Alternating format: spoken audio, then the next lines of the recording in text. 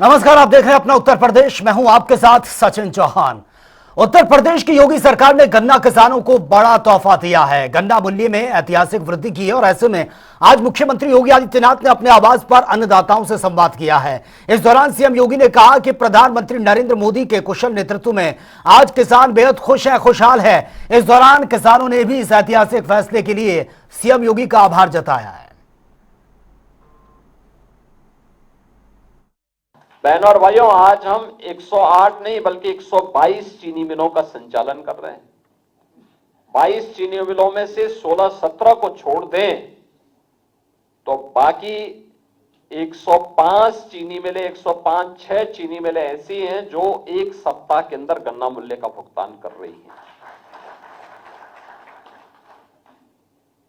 गन्ने का दायरा बढ़ा है, जो चौधरी साहब कह रहे थे, 20 लाख हेक्टेयर से बढ़ा करके अब यह लगभग 30 लाख हेक्टेयर तक पहुंच चुका है। अब चीनी मिलों के लिए गन्ना कम पड़ रहा है और इसीलिए मैंने विभाग से कहा है, अच्छी क्वालिटी का सीड और तकनीक किसानों को दीजिए। मैं उन किसानों का अभिनंदन करूंगा। कुछ हमारे प्रगतिशील किसान हैं जिन्होंने पर हेक्टेयर 2600 कुंटल गन्ना का उत्पादन किया है। 2600 कुंटल। और मैं चाहूंगा उत्तर प्रदेश के हर किसान के सामने यह प्रतिस्पर्धा आनी चाहिए। अच्छी क्वालिटी का गन्ना, सरकार इसमें सहयोग करेगी, वह बीज सबको मिले, तकनीक सबको मिले। आप जितना गन्ना पैदा करेंगे उतनी चीनी मिलें लगेंगी, इथेनॉल प्लांट लगेंगे, प्रदेश के अंदर डिस्टिलरीज लगेंगी और परिणाम है कि इसमें नया निवेश भी आया है। लाखों लोगों को रोजगार मिला है। अब ये एक सीजनल नहीं रहा, अब तो ये वर्ष भर चलने वाली एक प्रक्रिया बन गई। चीनी मिल 6 महीने चलेगी, लेकिन डिस्टिलरी साल भर चलती है। कोजन प्लांट साल भर चलते हैं। इथेनॉल प्लांट भी, जहां पर इथेनॉल प्लांट लगे हुए हैं, वे केवल गन्ने से ही नहीं चलेंगे बल्कि कंप्रेस्ड बायोगैस के रूप में भी उनका उपयोग हो रहा है। वे बेहतरीन तरीके से अपना कार्य करके उससे भी इथेनॉल निर्माण का कार्य कर रहे हैं। हमें उस दिशा में आगे बढ़ने की आवश्यकता है और इसीलिए आज आप आए हैं। मैं इसके लिए हृदय से धन्यवाद दूंगा कि आपने इसको स्वीकार किया और मैं चाहूंगा कि इसको लेकर के हमें एक एक जनपद में कार्यक्रम, किसान मोर्चा को तो सचमुच करना चाहिए और किसानों का सम्मान करें। ये सम्मान सरकार का नहीं, अन्नदाता किसानों का होना चाहिए, जिन्होंने उत्तर प्रदेश को फिर से खाद्यान्न उत्पादन में नंबर 1 कर दिया है, गन्ना उत्पादन में नंबर 1 कर दिया है, चीनी उत्पादन में नंबर 1 कर दिया है और इथेनॉल उत्पादन में भी उत्तर प्रदेश को नंबर 1 देश के अंदर बना दिया है। चलिए आगे बढ़ते हैं बड़ी खबर के साथ। वाराणसी से बड़ी खबर है, हाईटेक धर्मशाला का भव्य उद्घाटन यह कल होना है। उपराष्ट्रपति सीपी राधाकृष्णन करेंगे उद्घाटन। वित्त मंत्री निर्मला सीतारमण, मुख्यमंत्री योगी आदित्यनाथ, तमाम गणमान्य लोग जो हैं वो मौजूद रहेंगे। 5 स्टार होटल जैसी सुविधाओं से लैस है यह धर्मशाला। तमाम वो फैसिलिटीज मिलेंगी जो 5 स्टार होटल्स में मिलती हैं। और आपको बता दें कि श्रद्धालुओं और पर्यटकों को यह नया अनुभव मिलेगा। काशी में पर्यटन और रोजगार को भी एक नई दिशा मिलेगी। तो कल इसका उद्घाटन होना है। हाईटेक धर्मशाला 5 स्टार होटल जैसी इसमें तमाम सुविधाएं होंगी, वो लग्जरियस होगी और जितने भी श्रद्धालु जो भी यहां पर रुकेगा, ठहरेगा, उसको तमाम तरीके की फैसिलिटीज भी ये प्रोवाइड करवाई जाएगी। तो पर्यटकों को ये नया अनुभव मिलेगा, पर्यटन और रोजगार को भी नई दिशा मिलेगी। कल यहाँ पे माननीय उपराष्ट्रपति महोदय का प्रथम बार एज वाइस प्रेसिडेंट के रूप में आगमन हो रही है। सो उसमें यहाँ आने के बाद उनका मंदिर जाने का भी प्रोग्राम है। उसके बाद यहाँ नागकोटई नगरतार जो उनके धर्मशाला के जो उद्घाटन है उसमें प्रतिभा करेंगे और उसके बाद सेम डे वापसी का भी कार्यक्रम है। और बिहार में अगले कुछ ही दिनों में चुनाव है। ऐसे में बिहार की राजनीति इस वक्त चरम पर है। सीट का बंटवारा तो बयानों के वार पलटवार भी जारी है और ऐसे में समाजवादी पार्टी के मुखिया अखिलेश यादव का बड़ा बयान सामने आया। बिहार चुनाव में एनडीए की ओर से मुख्यमंत्री पद के लिए नीतीश का नाम सामने आने पर अखिलेश यादव ने उन्हें चुनावी दुल्हा कह दिया है। दरअसल सपा सुप्रीमो अखिलेश यादव आज गाजीपुर पहुंचे थे, जहां पर उन्होंने एनडीए पर जमकर निशाना साधा है। बिहार बदलाव मांग रहा है। बिहार बेहतर, खुशहाली और तरक्की के रास्ते पे जाना चाहता है। बीजेपी एक षड्यंत्र के तहत, कहां सोचिए, इंडिया गठबंधन नीतीश जी को प्रधानमंत्री बनाना, और आज केवल चेहरे के लिए मुख्यमंत्री हैं वो। मैं आज आपसे फिर कहता हूं, बिहार की जागरूक जनता भी ये जानती है, जितने विपक्ष के लोग हैं वो सब मंचों से कह रहे हैं कि केवल नीतीश कुमार जी को चुनाव के लिए रख रहे हैं आगे। चुनाव के बाद भारतीय जनता पार्टी उन्हें मुख्यमंत्री नहीं बनाएगी। तो चलिए आगे बढ़ते एक और बड़ी खबर के साथ। लखनऊ से बड़ी खबर है। नगर निगम कार्यकारिणी की मीटिंग हुई है। मेयर सुषमा खरकवाल की अध्यक्षता में यह मीटिंग हुई। शहर के विकास, नागरिक सुविधाओं समेत कई विषयों पर विस्तार से चर्चा भी हुई है इस मीटिंग में। और मीटिंग के दौरान की तस्वीरें आपके सामने। कार्यकारिणी की मीटिंग में विस्तार से सभी बिंदुओं पर फोकस किया गया है। विचार विमर्श मंथन हुआ, सभी ने अपना फीडबैक भी दिया। प्रशासनिक कार्यों की पारदर्शिता से जुड़े विषयों पर मंथन किया गया है। लखनऊ को स्वच्छ, सुगम, सशक्त शहर बनाने का संकल्प लिया गया। सभी ने अपने सुझाव भी दिए हैं। अब तक जो काम हुआ उसका फीडबैक भी लिया गया है। तो फिलहाल ये जो मीटिंग हुई, मेयर सुषमा खरकवाल की अध्यक्षता में ये मीटिंग हुई है। शहर के विकास, नागरिक सुविधाओं समेत तमाम विषयों पर चर्चा भी हुई है।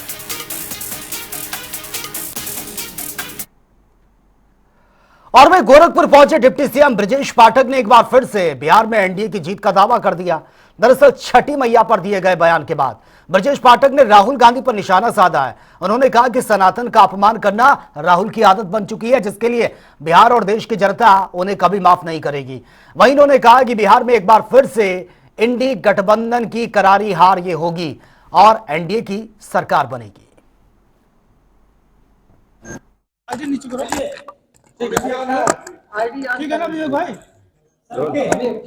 आज गोरखपुर जनपद में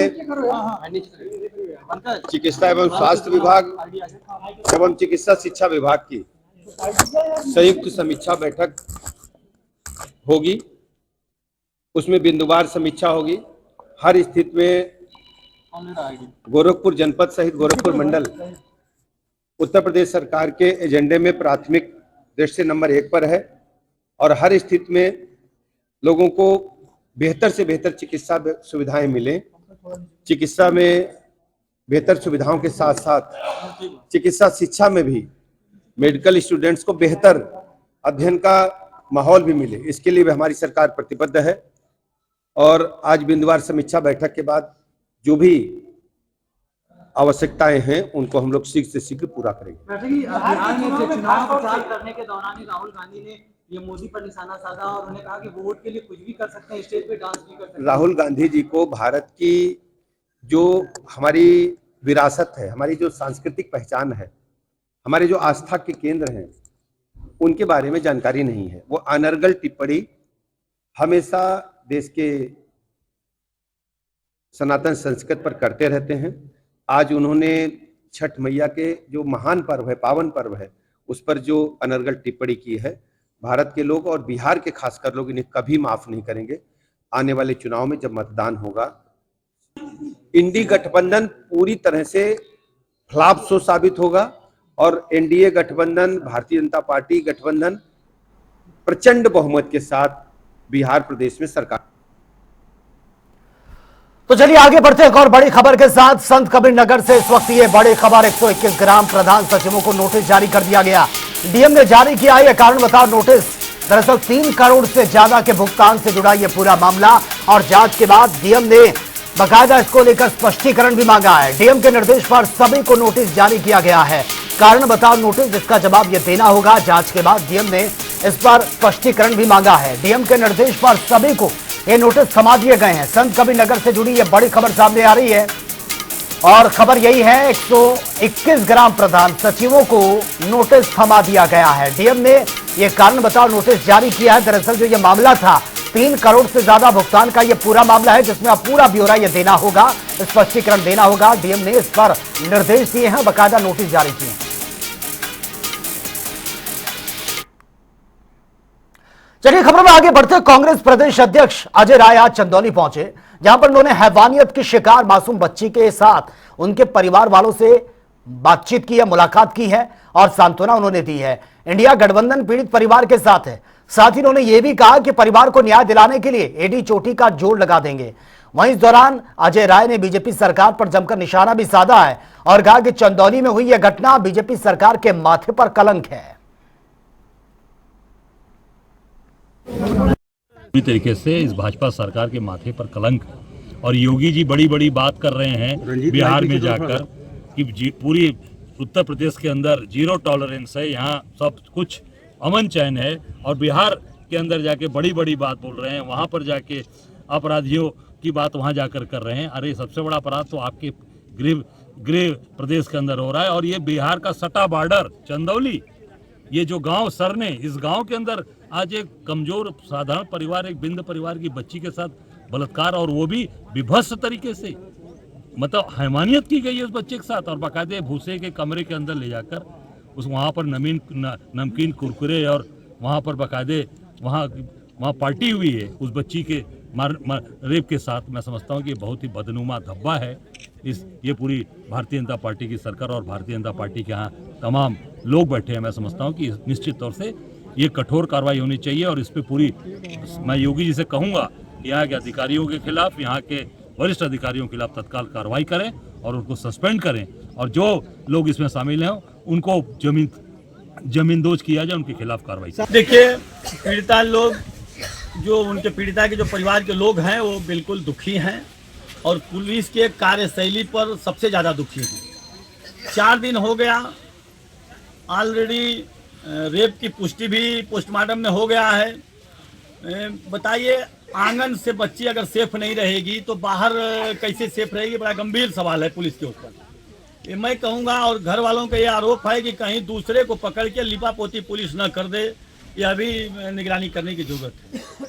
इसलिए मैं कहूँगा कि माननीय मोदी जी कहते हैं कि आत्मनिर्भर बनो। मैं कहूँगा जनता से कि अपनी बेटी की रक्षा सुरक्षा स्वयं करें। सरकार बिल्कुल फेल्यूर है, सरकार बड़ी बड़ी बातें कर रही है। केस मुकदमा नहीं होगा, क्योंकि केस मुकदमा होगा तो फाइल भरी जाएगी, अगर फाइल भरी जाएगी तो उसका रिकॉर्ड रहेगा। इसलिए बहुत चाहती है सरकार के लोग कि रिकॉर्ड न बने। तो चलिए आगे बढ़ते एक और बड़ी खबर के साथ। बांदा से बड़ी खबर है, नगर कोतवाली पुलिस को बड़ी सफलता मिली है। 6 साल के मासूम की हत्या का पुलिस ने खुलासा कर दिया। मासूम के हत्यारों को पुलिस ने गिरफ्तार किया है और मां ने ही प्रेमी के साथ मिलकर इस जघन्य घटना को अंजाम दिया था। घटना को अंजाम देकर दोनों मौके से फरार हो गए थे। इलाज के दौरान अस्पताल में मासूम ने दम तोड़ दिया था। तो फिलहाल ये बड़ी सफलता पुलिस को मिली है, दोनों को गिरफ्तार कर लिया गया। ये तस्वीरें आपके सामने, मां ने ही इस घटना को अंजाम दिया था और नगर कोतवाली पुलिस को ये बड़ी सफलता मिली है। 6 साल के मासूम की हत्या का ये पुलिस ने खुलासा किया और जो आरोपी हैं इसमें उनको गिरफ्तार किया गया है। जो हत्यारोपी आरोपी हैं, मां ने ही प्रेमी के साथ मिलकर इस घटना को अंजाम दिया था। तस्वीरें आपके सामने, यही वो कलयुगी मां है जिसने शख्स के साथ मिलकर अपने ही मासूम को मौत के घाट उतार दिया था।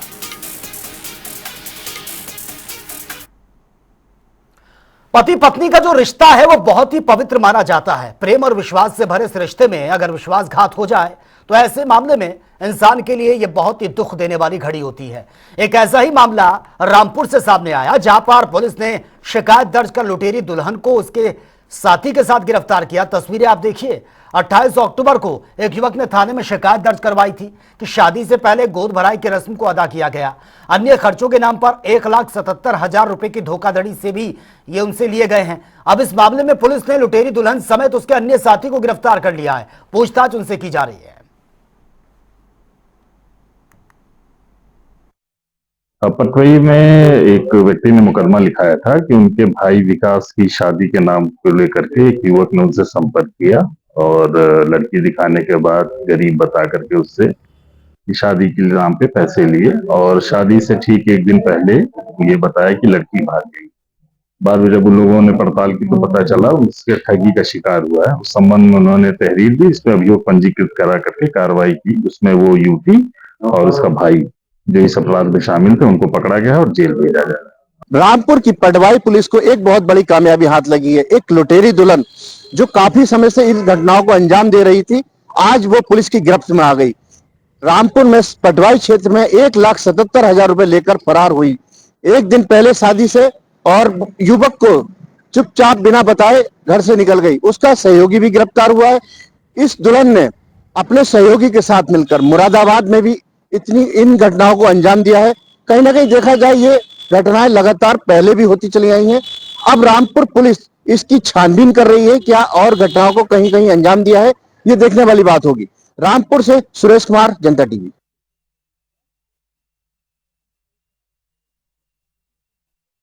चलिए आगे बढ़ते एक और बड़ी खबर के साथ। वाराणसी से बड़ी खबर है, 10 लाख दियों से जगमग होगा गंगा घाट। देव दीपावली पर जगमगाएंगे काशी के घाट। लेजर शो, दिव्य आरती का भी भव्य आयोजन किया जाएगा। 5 नवंबर को 10 लाख दीपक जलाने की तैयारी इस वक्त जोरों शोरों पर चल रही है। भव्य आयोजन होगा। 5 नवंबर को 10 लाख दिए जलाए जाएंगे। अपने आप में यह ऐतिहासिक होगा। इसको लेकर तैयारियां इस वक्त जोरों शोरों पर चल रही हैं। देव दीपावली पर जगमगाएंगे काशी के तमाम घाट, जिसको लेकर तैयारियां चल रही हैं। लेजर शो, दिव्य आरती का भव्य आयोजन भी किया जाएगा। 5 नवंबर से 10 लाख दीपक जलाने की तैयारी ये चल रही है। 5 नवंबर को ये भव्य आयोजन होगा। 10 लाख दिए ये जलाए जाएंगे।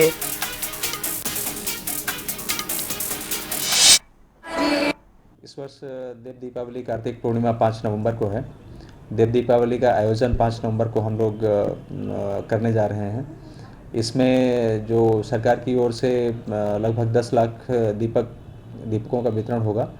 और देव दीपावली का आयोजन बनारस का आयोजन है। बनारस के सभी लोग इसमें शामिल होते हैं। यहाँ के नागरिक शामिल होते हैं, घाटों की जो समितियाँ हैं वो शामिल होती हैं, और देसी और अंतर्राष्ट्रीय पर्यटक भी इसमें शामिल होते हैं। सभी लोग शामिल होकर इस आयोजन को एक भव्य स्वरूप इसको प्रदान करते हैं। और इसमें जो सरकार की ओर से पर्यटन विभाग इसमें ग्रीन आतिशबाजी का भी कार्यक्रम इसमें कर रहा है। लगभग 10 मिनट की एक ग्रीन आतिशबाजी होगी। साथ ही साथ हम लोग चैत सिंह किले के ऊपर प्रोजेक्शन शो जो बनारस की ही थीम पर आधारित होगा, जिसमें भगवान शिव, माता गंगा और देव दीपावली को लेकर एक बड़ा सा हम लोग प्रोजेक्शन शो करेंगे, जो देव दीपावली वाले दिन चलेगा। 3 बार हम लोग उसको करेंगे और इसकी ड्यूरेशन लगभग अभी तैयारी हमारी चल रही है, लगभग 25 मिनट का एक शो होगा।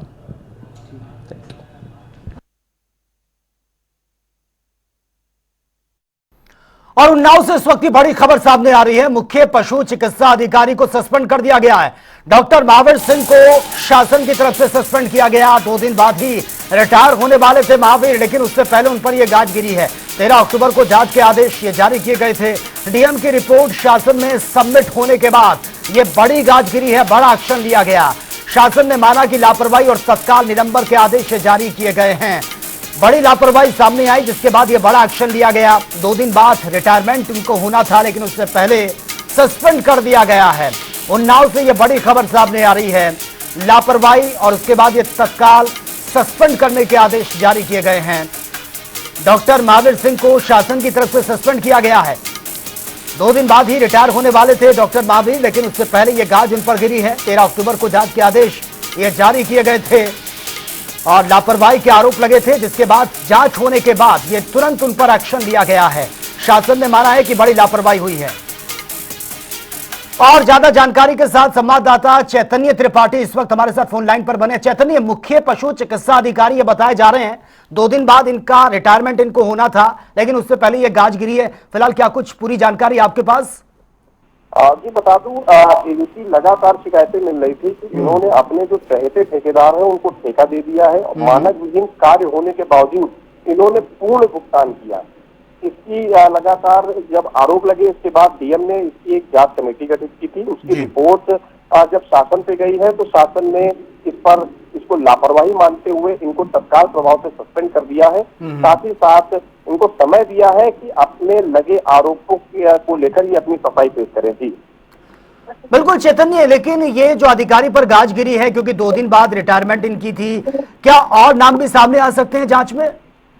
हाँ जी, बताना चाहूंगा, जो आरोप लगे थे वो 3 अधिकारियों पे लगे थे, उनके जांच के आदेश भी हुए थे और ये आरोप 13 अक्टूबर को लगे थे। उसके बाद में जांच कमेटी गठित करी गई थी और लगातार इस पर शासन स्तर से जांच चल रही थी। सीएम ने जो रिपोर्ट भेजी उसमें अभी एक को ही आरोपी बनाया गया और जबकि 2 अधिकारी हैं उस पर जांच अभी भी चल रही है। अब देखने वाली बात होगी क्या जो अधिकारी जो अभी बचे हैं उन पर भी किस तरीके की कार्रवाई की जाती है। जी ठीक है चैतन्य, बहुत बहुत शुक्रिया फिलहाल आपका इस तमाम जानकारी के लिए।